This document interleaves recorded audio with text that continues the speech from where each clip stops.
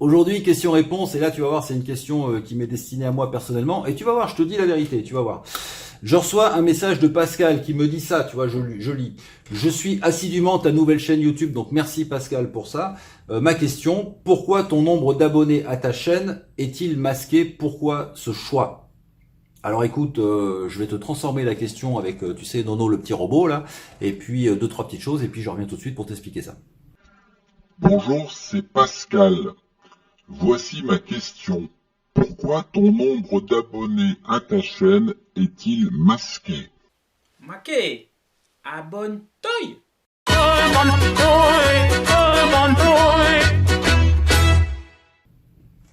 Bon, pourquoi est-ce que sur ma chaîne YouTube, il n'y a pas le nombre d'abonnés? Ben, je vais te dire la vérité.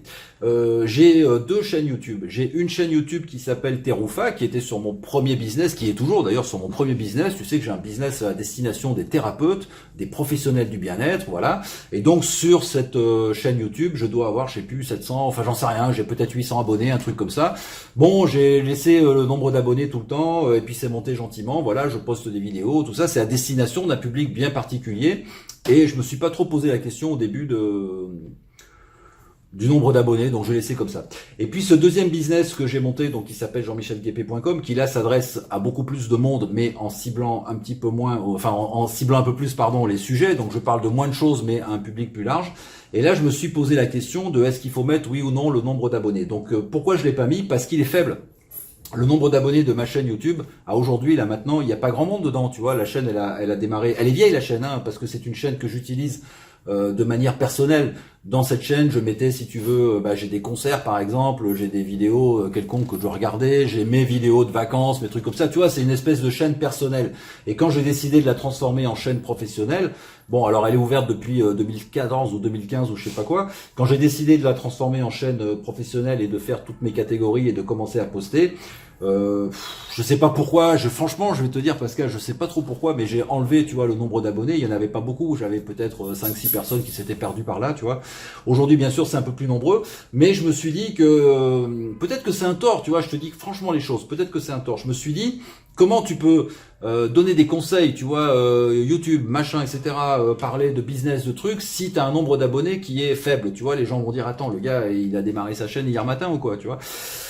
Et donc c'était pas cohérent non plus avec la date d'ouverture de la chaîne qui était assez ancienne, tu vois. Donc je trouvais que ça foutait un peu le bazar. Alors je sais pas si j'ai bien fait ou pas, tu vois. Peut-être que tu peux me conseiller. Si tu es spécialiste en YouTube, peut-être que tu vas me dire, non, vaut mieux laisser ton nombre d'abonnés. Bon, le truc qui est super, c'est que le nombre d'abonnés, il grimpe en flèche, évidemment, depuis que je poste régulièrement des vidéos. J'ai une augmentation, je crois, dans les 28 derniers jours, là, j'ai une augmentation de 367% du nombre d'abonnés. Donc c'est génial, on va vite monter, tu vois. Mais en tout cas, je suis inférieur aux 1000, tu sais, qui sont nécessaires pour la monétisation. Bon, je m'en fous un peu parce que la monétisation, c'est pas ce qui m'intéresse. Donc, j'ai moins de 1000 abonnés sur cette chaîne YouTube. Pour l'instant, j'ai préféré masquer le nombre parce que je me suis dit, enfin, pour moi, mais c'est peut-être une erreur. Pour moi, c'était pas logique de donner, tu vois, des conseils, des machins, tout en ayant un nombre d'abonnés faible. Mais peut-être que du coup, les gens se disent, s'il met pas son nombre d'abonnés, c'est qu'il y a personne dessus. Tu vois, j'en sais rien. Donc voilà, c'est une discussion que je lance. T'as qu'à me donner ton avis. Si tu es spécialiste de YouTube, donne-moi ton avis.